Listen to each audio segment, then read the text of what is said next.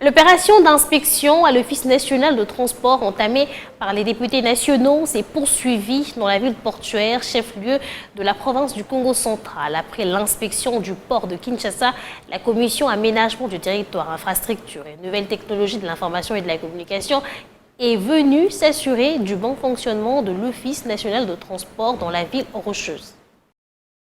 Ils sont venus attester l'empreinte de Martin Lukusa dans l'univers de l'ONATRA à Matadi. Se rassurer que ce qu'il avait donné comme information est vrai et si les données ont évolué ou elles restent immuables. Et il nous a expliqué la genèse de la situation.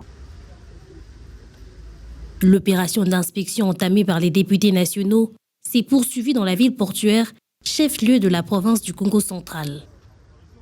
Parce que notre souci est que ces ports ne soient pas vendus. C'est un patrimoine national et aussi lié à la souveraineté nationale.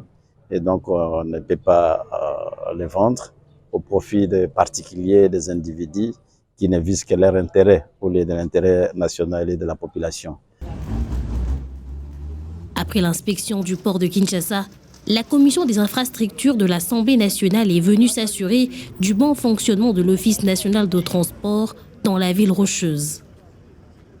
Le gouvernement peut faciliter la tâche à l'ONATRA en lui donnant des moyens qu'il faut de son fonctionnement pour que ce qu'ils ont amorcé comme projet, ça se réalise. D'abord une séance de travail pour jeter les jalons de cette visite, combien essentielle pour la vie de la compagnie, et ensuite la tournée complète du port de Matadi. Ici, la délégation profite de sa présence pour plaider la réhabilitation immédiate du chemin de fer qui va désengorger la route nationale numéro 1. Et du côté du chemin de fer, et là aussi qu'il puisse soutenir l'ONATRA, d'autant plus que ça contribuerait même à éliminer ou à diminuer l'embouteillage dans la ville portuaire de Matadi. Et donc, il y a lieu de réhabiliter les chemins de fer. Les installations du port de Matadi, les travaux de rénovation amorcés. L'ONATRA a mis le paquet, mobilisé sur fonds propres, comme pour plusieurs réalisations en projection.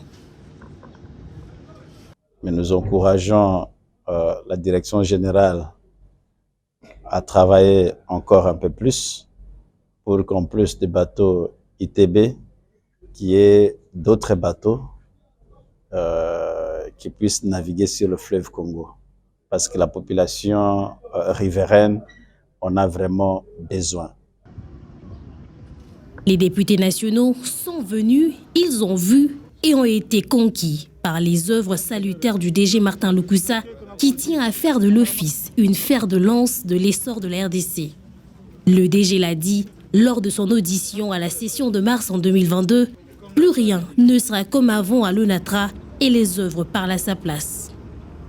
Et ils sont venus pour s'enquérir de la véracité de ce que nous avons dit autrefois sur la vie de l'entreprise ONATRA, notamment le cas de bateau ITB Kokolo, qui est effectivement en bon état, qui est en état de navigabilité.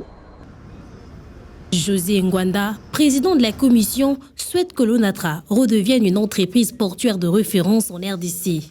Et nous pensons que Son Excellence, Monsieur le Président de la République, le Premier ministre et tout son gouvernement fera en sorte que cette entreprise qui va à l'encontre de l'intérêt général soit arrêtée pour que l'ONATRA, qui lui-même a des ressources qui peut moderniser ses infrastructures portuaires, puisse travailler seul. Les élus ont été mis au courant des projets qui sont en cours de réalisation et de ceux qui le seront à l'avenir. Après avoir pris connaissance de la marche du travail au port de Kinshasa et Matadi, ils souhaitent la prise en charge de ces opérations par l'État pour aider à la réactivation du mouvement de l'ONATRA.